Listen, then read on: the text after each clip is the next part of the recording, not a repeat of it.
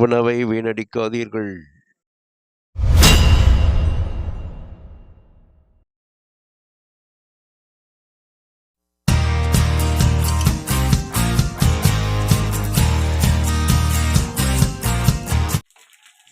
Hi viewers and subscribers. தூது இலையில் ஒரு அருமையான சட்னி செய்கிறோம். அந்த சட்னி செய்கிறதுக்கு முன்னாடி நம்ம சேனலை சப்ஸ்கிரைபர் பண்ணிக்கோங்க. பக்கத்தில் இருக்க பெல்லைக்கான ப்ரெஸ் பண்ணிக்கோங்க. இந்த தூது இலை சட்னி அவ்வளவு உடம்புக்கு சத்தானது. இது செய்கிறதுக்கு ஒரு 20 ரூபா கிட்ட பார்த்திங்கன்னா ஒரு பையாக வச்சு விற்பாங்க. அந்த மாதிரி ஒரு பை அளவுக்கு உள்ள இந்த தூது இலையை நீங்கள் வாங்கிக்கோங்க. இல்லைன்னா உங்களுக்கு தோட்டத்துலேயோ சாலை ஓரங்களில் கிராமங்களில் இருந்தால் இது மாதிரி நீங்கள் அந்த இலையை பறிச்சுட்டு வந்து நம்ம அருமையான சட்னி செய்யலாம். இது வந்து ஒரு காயக்கல்ப மூலிகை, ஆண்மை பெருக்கும் மூலிகை. அதே டைமில் பார்த்திங்கன்னா பெண்களுக்கு அழகுபடுத்தக்கூடிய அந்த மூலிகை. இது வந்து இந்த மூலிகையை வந்து பார்த்திங்கன்னா இதை எல்லாரும் உணவில் வந்து அன்றாடம் ஒரு 3 நாள், வாரத்துக்கு 3 நாள் சேர்த்துக்கணும். இது அவ்வளவு சத்து நிறைஞ்சது. இந்த இலை முழுக்க பார்த்திங்கன்னா முள்ளாக இருக்கும். அதோட இதோட காம்பும் பார்த்திங்கன்னா முள்ளாக தான் இருக்கும். இதை பறிக்கும்போது ரொம்ப கவனமாக இந்த இலையை நம்ம எடுக்கணும். இல்லைன்னா அது அப்படியே அந்த ரோஜா முள் மாதிரி இருக்குது, அப்படியே கோத்துக்கும். இந்த மாதிரி தூது இலை பறிச்சுக்குங்க. அந்த தூது இலையை பறித்து இந்த மாதிரி தான் இருக்கும். அந்த செடியில் கத்திரிக்கோளால் அப்படியே வச்சு அந்த இலையை மட்டும் கட் பண்ணி எடுத்துக்குங்க. இந்த இலையில் முன்னும் பின்னுமே பார்த்திங்கன்னா உங்களுக்கு அப்படியே வந்து பார்த்திங்கன்னா முள்ளாக இருக்கும். காம்பெல்லாம் முள்ளாக இருக்கும். அப்படியே கையெல்லாம் கோத்துக்கும் அப்படியே. இந்த மாதிரி ஒவ்வொரு இலையும் அதை தனியாக அந்த காம்பை நீக்கி எடுத்துங்க. காம்புலலாம் நிறைய முள் இருக்கும். இந்த மாதிரி நம்ம அதை நீக்கி எடுத்துக்கிறோம். எடுத்த பிறகு அதை தண்ணியில் போட்டு இந்த தூது இலையை பறித்து அப்படியே நல்லா சுத்தம் பண்ணி தண்ணியில் போட்டுருங்க.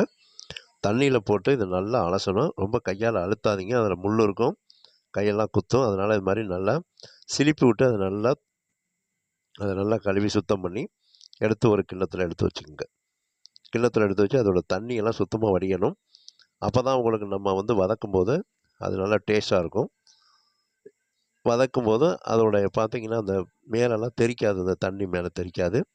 இதுக்கு 3 பச்சை மிளகாய் எடுத்து வச்சுக்கிறோம்.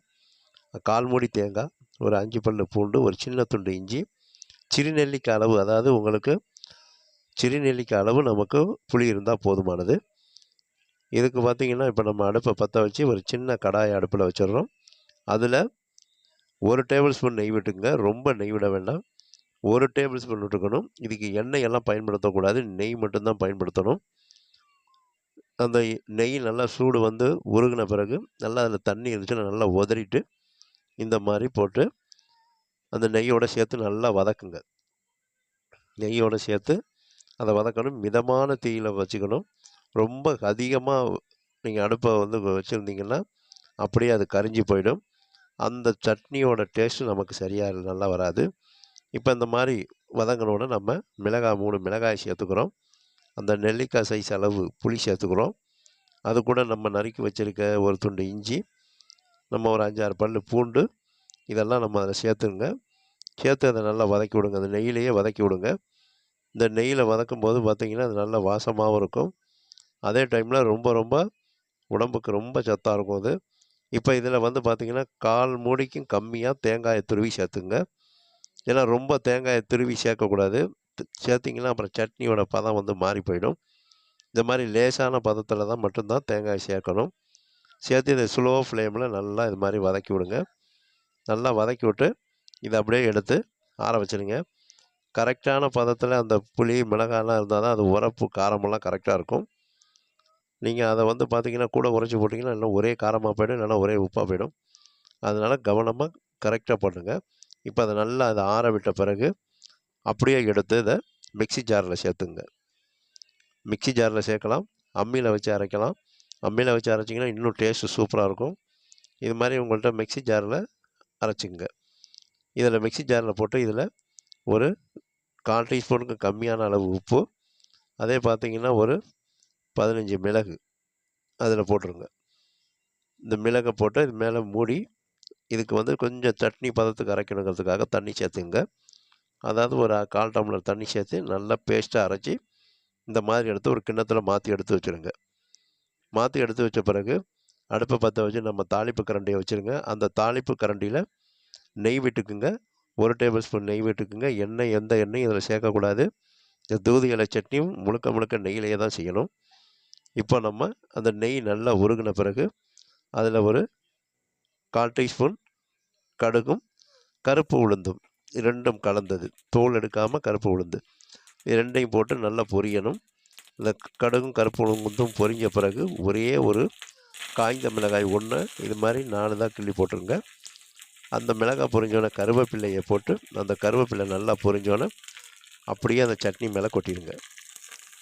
அப்படியே அந்த சட்னி மேலே கொட்டினீங்கன்னா அப்படியே செருன்னு எந்திரிக்கும். அது அந்த மாதிரி இருக்கும். அந்த நல்லா பொரியும் அதிலே வந்து அப்படியே அந்த சட்னியில் கொட்டினீங்கன்னா இப்போ சூப்பரான ரொம்ப ஹைலைட்டான நமக்கு வந்து ஒரு அற்புதமான தூதி இலை சட்னி.